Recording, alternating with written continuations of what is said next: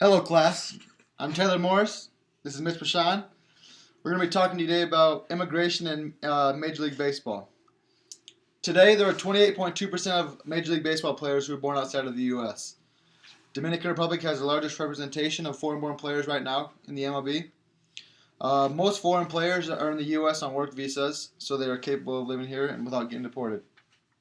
Some notable foreign players that you may know: Carlos Beltran, who was born in Puerto Rico; Miguel Cabrera, who was born in Venezuela; Anthony Rizzo, who was born in Italy; Ichiro, who was born in Japan; Justin Morneau, who was born in Canada; Sergio Romo, who isn't foreign-born but was born in U.S. and is the son of Mexican immigrants; and Roberto Hernandez, previously known as Fausto Carmona, is from the Dominican Republic. Language is a big thing in Major League Baseball, and many foreign players have a hard time speaking English, and they say this puts a barrier between them and their American teammates. Generally, you need to have a translator in the dugout if you have a Japanese or Italian player, because these aren't well spoken throughout the major leagues. Hispanic players, you don't necessarily need to have a translator for those, because you normally have another player or a coach who can translate what they're trying to say. Anthony Rizzo said this about language. He said language barrier is the biggest thing in Major League Baseball when it comes to dealing with your teammates.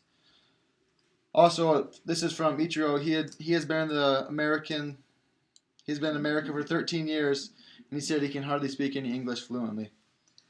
We also have a video that we're going to show you guys quick. It's between two Dominican Republic baseball players speaking, and it kind of shows how language can be a problem in the MLB, and it kind of shows the different dialects, even in English, around the MLB. So we're going to pull it up quick.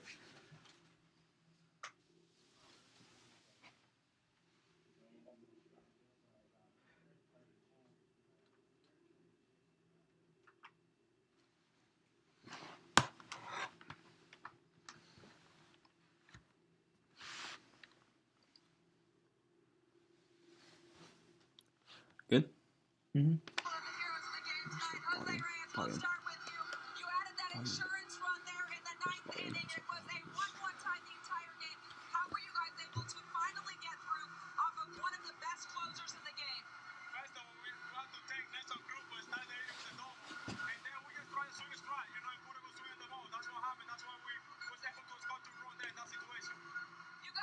Your ticket to San Francisco with this win. You're undefeated in this tournament. Usually you guys have been getting it done with offense. Tonight it was pitching. How great was the staff tonight? I mean, it's great. Everybody contribute. You got the pitcher there in the bullpen. They contribute. They come out from the bullpen, throw a strike. That's what you want, and we take care of all that stuff, play defense behind it. All right, thank you. We've also got Nelson Cruz here. You got things going with that double to lead off the ninth inning off of Craig Kimbrel. You guys, offense was tough to come by throughout this game. How were you able to finally get it done? But first of all, thank God, I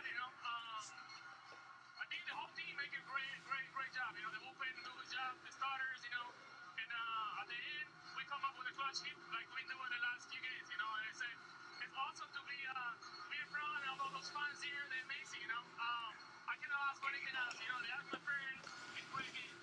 How tough was it to get to this USA staff today?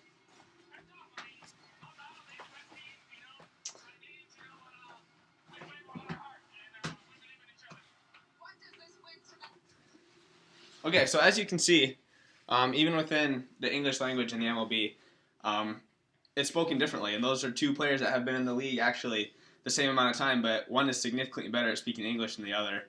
And that's how language can be a problem in the MLB, because a lot of people can't understand their teammates, and even if they're speaking English, it's kind of tough to understand that sometimes. So we were researching, and we came across this Arizona immigration law. It's called SB 1070.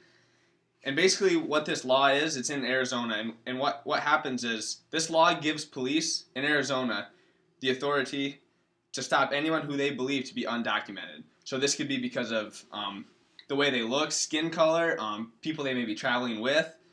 Basically anything gives them the authority without actually knowing whether or not they're undocumented. It gives them the authority to stop them and question them to see if they are. And as you would expect, this became a big problem, specifically in Arizona. And it just so happened that the All-Star game for the MLB was in Arizona that year. And a lot of people actually boycotted it. And one of the leading boycotters that was leading the charge was the person we mentioned earlier, was Carlos Beltran.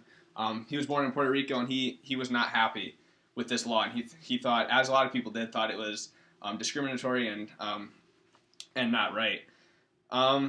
This can include even minor traffic violations. You know, if someone gets pulled over or stopped for blowing a stop sign or running through a red light, speeding, anything like that, the police have the authority to question them about their documentation and whether or not they may be illegal. So there's a baseball player. His name is Sergio Romo. He's a pitcher for the Giants right now. And one time he was in spring training in Arizona after this law had been passed, and he is a U.S. citizen. He is the son of Mexican immigrants, so he's a 1.5 immigrant, but he's a U.S. citizen, and he was actually pulled over while he was driving in his BMW. He was pulled over, and this is how the conversation went. The first question the police asked him was not license and registration, please. It was, is this your car? Is this the car that you own?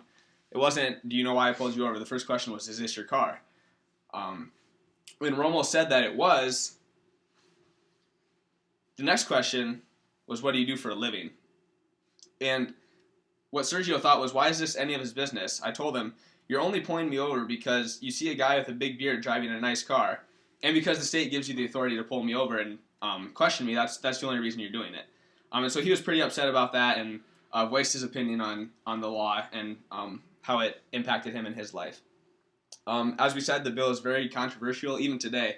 It's still in effect, and a lot of people don't like it, but it's Arizona state law, so it gives the police of the state the authority to question them. The next thing we're going to talk about is actually Fausto Camarena, who we talked about earlier. And he was a major league pitcher for the Indians for 6 years before he got arrested when he was leaving the U.S. and was charged with false identity to obtain a visa. When they arrested him, they found out he wasn't who he originally said he was, Fausto Carmona, but his actual name was Roberto Hernandez, and he was 3 years older than his birth certificate had said. The reason he had got this fake birth certificate so he could come to the U.S. and play baseball for the Indians, and the woman who falsified his birth certificate turned him in because he got to pay his $26,000 in cash that he said he was going to originally pay her. So that's what immigration in the Major League Baseball looks like. Hope you guys have a good class and hope you enjoyed our presentation.